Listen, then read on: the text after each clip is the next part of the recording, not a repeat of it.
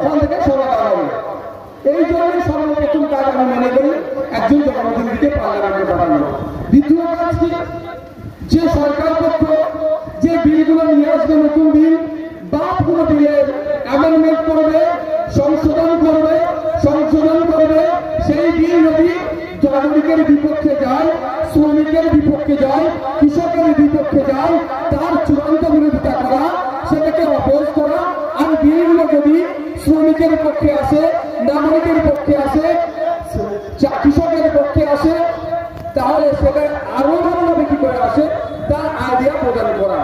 আর একটা অন্যতম কাজ কি, অনেক ক্ষেত্রে দেখা যায় শাসক যে বিষয়টাকে ওভারলুক করে বা সেটা তাদেরকে বর্তমান তৃণমূল কংগ্রেসের প্রার্থী যখন কৃষকদের বিরুদ্ধে সেই ব্রিটিশ পিরিয়ডের মতো, যেই চাষিদের মতো যেভাবে শোষণ করা হয়েছিল, কেন্দ্রের অপদার্থ সরকার, শুভেন্দু অধিকারীদের অপদার্থ সরকার, দিলীপ ঘোষের অপদার্থ সরকার, সুকান্ত মজুমদারের অপদার্থ সরকার কৃষকের বিরুদ্ধে যখন কাজ করেছিল, সারা ভারতবর্ষের কৃষকরা যখন প্রতিবাদ করেছিল, এর বিরোধিতা করেছিল, পার্লামেন্টে এই বিদায়ী এমপি বর্তমান তৃণমূল কংগ্রেসের প্রার্থী তখন কিন্তু কৃষকদের হয়ে কথা খরচ করেননি। কাজটা কি ছিল তার? কৃষকদের হয়ে বলা। যখন কৃষকদের বিরুদ্ধে বিল পাস হয়েছে, কৃষকরা ভোটে পার্লামেন্টে পাঠিয়েছিল, কৃষকদের পক্ষে কথা বলবে, নতুন পলিসি আনার কথা বলবে। দুঃখের বিষয়, পলিসি আনা দূরের কথা, কৃষকদের বিরুদ্ধে বিল পাস হচ্ছে, উনি সেখানে বরঞ্চ বকলমে বিজেপিকে সুবিধা করছিলেন। তাই সময় এসেছে 2024-এ 2019-এ যে পদটা করেছিলেন, যে সময় এসেছিল, যে ভুল কাজটা করেছেন, সে কাজ আর করা যাবে না। পশ্চিমবাংলার কৃষকরা শুধু নয়, শুধুমাত্র এই ইউনিয়নের কৃষক নয়, সারা দেশের কৃষকরা যেভাবে বিজেপি সরকারের বিরুদ্ধে ভোট দিচ্ছে, আমাদের ইউনিয়নের কৃষকদেরকে কৃষকের পক্ষে দিয়ে অর্থাৎ বিজেপির বিরুদ্ধে ভোটটা দিতে হবে। এটা উল্লেখ চলবে না। কৃষকরা সেই সময় যখন ভারত বন্ধের ডাক দিয়েছিল, কৃষকদের স্বার্থে আঘাত লেগেছিল, কৃষকরা ভারত বন্ধের ডাক দিয়েছিল, আমরা বলতে সংহতি সমর্থন জানিয়ে রাস্তায় নেমেছিলাম। এই সাজদা আহমেদের দলের গুন্ডা মস্তানেরা, এই পুলক রাইডের দলের গুন্ডা মস্তানেরা তখন আমাদের উপরে হামলা চালিয়েছিল। কৃষকদের টাকা ভোটকে আমরা সংহতি জানিয়ে রাস্তায় নেমেছিলাম, আমাদের ভোটকে সফল হতে দেয়নি। তাই পশ্চিমবাংলা উলুবেড়িয়ার কৃষকরা তৈরি হন, প্রস্তুত নেই। আগামী দিনে ভোটের দিনে আমরা ইভিএম বক্সের সামনে গিয়ে আমাদের বিরুদ্ধে যারা বিল পাস করিয়েছে তাদের বিরুদ্ধে যখন ভোট দেব, আমরা যখন আন্দোলন করছিলাম, আমাদেরকে যারা আন্দোলন করতে যায়নি, আমাদের আক্রমণ চালিয়েছে, একইভাবে সেই তৃণমূলের বিপক্ষে ভোট চাওয়া। তাহলে আন্দোলনটা আমরা কার বিরুদ্ধে করছিলাম? এই লড়াইটা কার বিরুদ্ধে ছিল? ভারত বন্ধটা কেন রেখেছিলাম আমরা কৃষকরা? আন্দোলনটা ছিল বিজেপি সরকারের বিরুদ্ধে। ভারত বন্ধ রেখেছিলাম বিজেপি সরকারকে, এটাকে আইন প্রত্যাহার করে নাই। কিন্তু দলের লোকেরা, এই সাজদা আমাদের দলের লোকেরা, এই রাজেশন সাহেবের দলের লোকেরা কেন আমাদের উপরে হামলা চালিয়েছিল? কৃষকদের ডাকে ভারত বন্ধকে ব্যর্থ করিয়েছিল। আরে আন্দোলনটা ছিল তো বিজেপির বিরুদ্ধে, আন্দোলনটা ছিল তো শুভেন্দু অধিকারীর দলের বিরুদ্ধে, আন্দোলনটা ছিল তো সুকান্ত মজুমদারের দলের বিরুদ্ধে। তাহলে মমতা ব্যানার্জি এত বুক থাকলো কেন? বুঝতে পারছেন না? আর আমরা লড়াইটা করছিলাম বিজেপির বিরুদ্ধে, মোদীর বিরুদ্ধে, অমিত শাহর বিরুদ্ধে। মমতা ব্যানার্জির এত কষ্ট হচ্ছিল কেন? বুঝতে হবে। তারা উদাহরণ তো অনেক পেয়েছে। তৃণমূলকে বিজেপির এরকম অহরহ আছে, কিন্তু লেটেস্ট একটা আপনাদের দিচ্ছি, শুনলে অবাক হবেন। ফেসবুকে একটা আমি পোস্টার পেলাম, যে পোস্টার উল্লেখ করেছে বালুরঘাটের তৃণমূলের প্রার্থী বলেছে, অনেক কথা লিখেছেন, শেষের দিকে এসে লিখেছে আমাকে না ভোট দিলে, এই মর্মে লিখেছেন, মানে যেটা আপনি জিনিসটা আপনাদেরকে বোঝাচ্ছি, আমাকে না ভোট দিলেও চলবে, আমাকে যদি না ভোট দেন বিজেপিকে দেন। মানে এমন একটা বোঝাতে চেয়েছে যে ভোট তোমরা এই দুটো আগে দিও না, হয় তৃণমূলকে দাও নাহলে বিজেপিকে। ভাবতে পেরেছেন তৃণমূলের একজন প্রার্থী তিনি কি ডিমান্ড করছে? ভোটটা বিজেপিকে দেওয়ার পক্ষে বলছে, সবাই করছে। আমরা ভুলে যাচ্ছি না, সিএ এর সময় দেশের সরকার যেভাবে সিএ কে নিয়ে এসে বিভাজনের রাজনীতি করতে চেয়েছিল, হিন্দু মুসলমানের ঐক্যতা ফাটল লাগাতে চেয়েছিল, আমরা পশ্চিমবঙ্গে যা ধর্ম বর্ণ নির্বিশেষে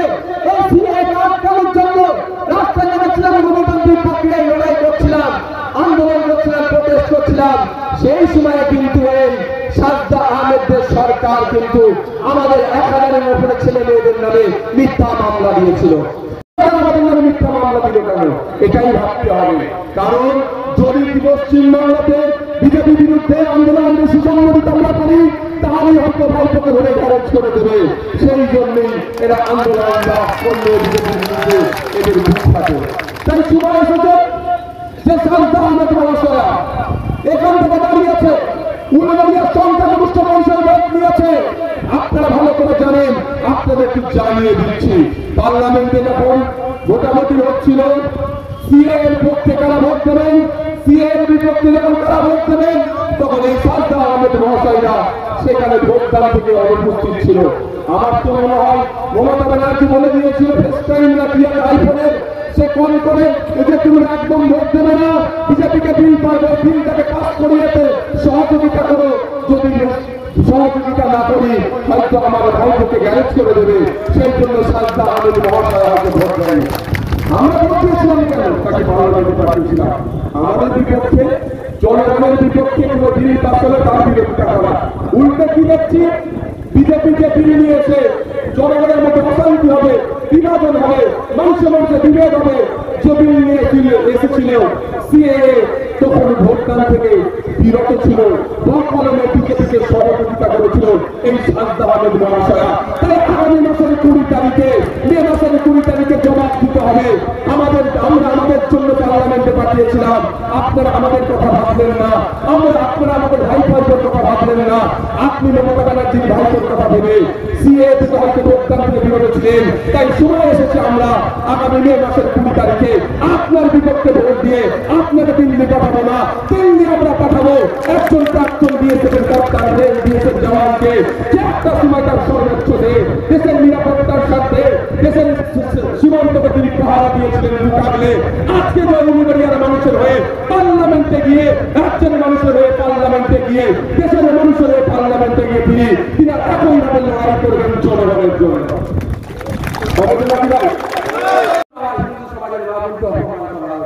ঠিক যেভাবে হেজাব খুলে পরীক্ষা কেন্দ্রে ঢুকালে মুসলিম সমাজের মামুনকে অপমান করা হয়, তাদের ধর্মীয় বাবা থেকে আঘাত দেওয়া হয়, ঠিক একই ভাবে আমার হিন্দু সমাজের যারা শাখাপালা করে পরীক্ষা কেন্দ্রে গিয়ে ছোড়ার হাত থেকে তুলে নিয়েছে তাদেরকে অপমান করা হয়েছে।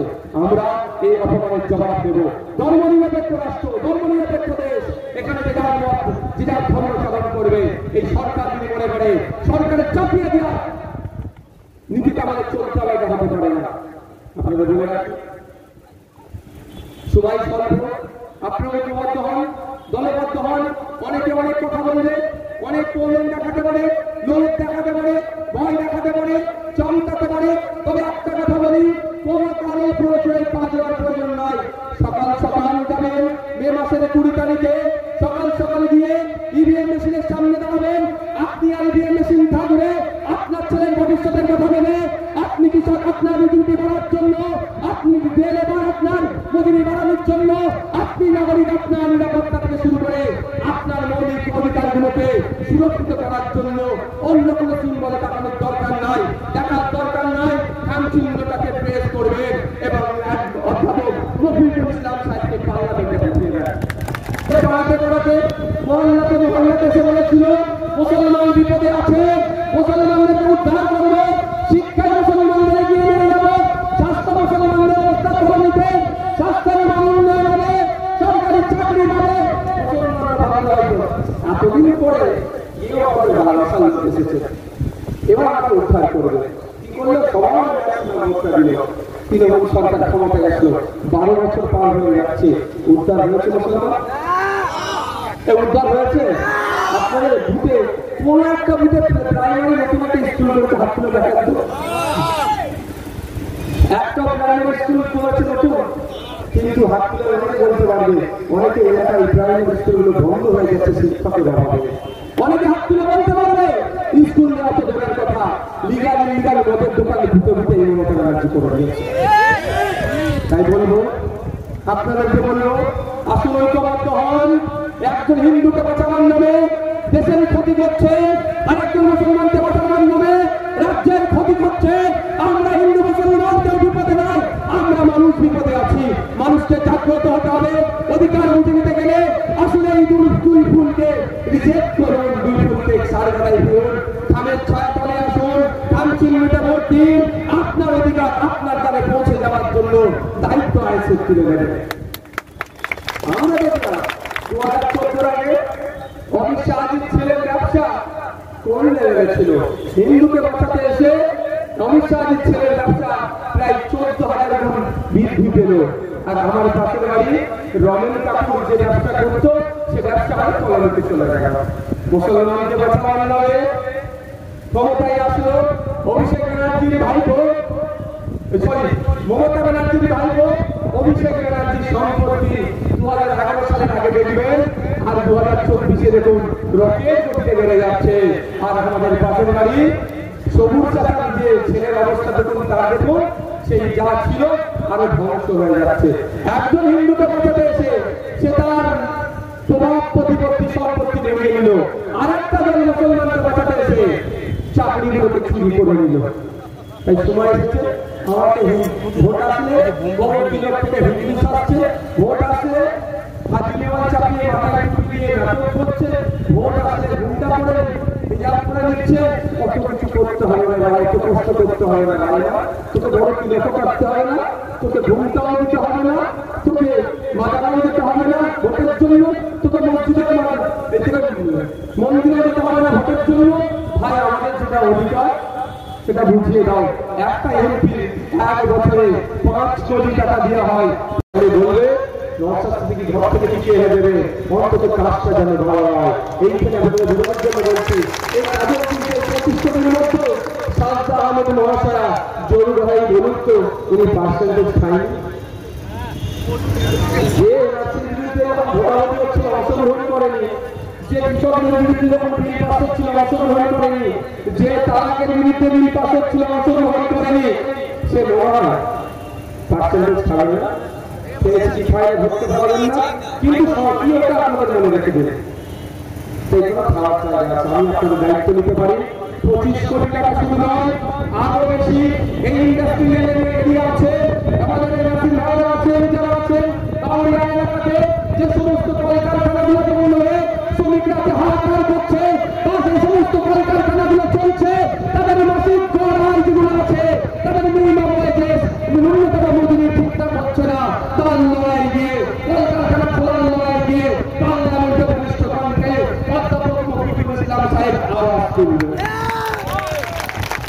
ইস্যু হচ্ছে যে ভোটটা আমাকে দাও, তুমি কি বলতে বিজেপি এসে যাবে, বিজেপি এসে যাবে, তুমি এসে যাবে, ভোটটা আমাকে দাও, এছাড়া কিছু আছে দ্বিতীয় অপশন ওদের আর কিছু না। তো আমি যেটা বলছি আমরা আমাদের ভোট দিতে বিজেপি মুসলমানদের শুধুমাত্র ক্ষতি করছে না, বিজেপি দেশের ক্ষতি করছে। তাই বিজেপিকে যারা দেশের ক্ষতি করছে শুধু মুসলমানদের দায়িত্ব নয়, সর্ব ধর্মের মানুষের কাজ হবে বিজেপিকে হারানো। আর এই 2024-এ পশ্চিমবঙ্গের শুধু নয়, সারা ভারতবর্ষ বিজেপি মুসলিম করে বলবে আপনাকে অপেক্ষা করুন। তো আমি প্রথম জিজ্ঞাসা করলাম মুসলিম আমাদেরকে দিলাম না, আমার আরো করতে হবে। আমি বলছি আপনি একটা বিজেপি বিরোধিতা করছেন না, আমার কোনো মাথায় তোমার কিছু ছিল না, তুমি একটু মাথা লাগিয়ে রেখেছিলাম। তো আমার দাঁড়িয়ে দেখতে পারবো না, আসলে দাঁড়িয়ে পাশে হয়ে গেছে, হিন্দু মুসলমানের ব্যাপার নেই। এমন এখন কি হচ্ছে আপনাদের? রাম মন্দির বানিয়ে দিয়েছে, এই করে দিয়েছে, বুঝিয়ে বিজেপি থেকে ভোট মাইনাস করাতে পারি। আগামী প্রজন্মকে পরের প্রজন্মকে অন্তত বলতে পারবো বিজেপির ভাষণে আমি মুগ্ধ হয়েছিলাম, কিন্তু আমার নিজেকে ক্ষতির দিকে ফেলে নিয়ে গিয়েছিলাম। আমি কাজ করেছি, আমি কাজ ড্রাইভার, আমার সমর্থ অনুযায়ী আমি 10টা মানুষকে বিজেপিতে ভোট করাতে পেরেছি, এটাই আমার কাজ করতে হবে। তাই পশ্চিমবাংলার মানুষেরা 2018 সালে মমতা ব্যানার্জির তিয়াত্তরকে যে ভোট আমরা করেছি, দায়িত্ব নিয়ে আমাদেরকে পরের প্রজন্মের কথা ভেবে, স্কুলে শিক্ষক নিয়োগের কথা ভেবে, মাদ্রাসায় শিক্ষক নিয়োগের কথা ভেবে, মন্দিরে মসজিদের কথা ভেবে, ওয়াকফ সম্পত্তি উদ্ধারের কথা ভেবে, দেবত্ব সম্পত্তি উদ্ধারের কথা ভেবে, এসটি/এসসি কোথায়, এসটি/এসসি যাতে চাকরি পায় তার কথা ভেবে দায়িত্ব নিয়ে অন্তত এই বিজেপির কাছ থেকে 10টা করে ভোট মাইনাস করে আইসিএফের ছাড়া তলে নিয়ে আসতে হবে। আমি মনে করি ওই পাপটা কিছুটা হলেও আমরা প্রায়শ্চিত্ত করতে পারবো। হবে তো না? নওশাদ সিদ্দিকী যখন সে এসটি/এসসি সার্টিফিকেটের কথা বলে, ওটা মুসলমানদের দল, ওটা মুসলমানদের দল। নওশাদ সিদ্দিকীর মাথায় দাঁড়িয়ে টুপি মুখে দাঁড়িয়ে আছে, মুসলমানদের দিতে চাই। আর যখনই আমি ওয়াকাফ সম্পত্তির কথা বলি, মুসলিমরা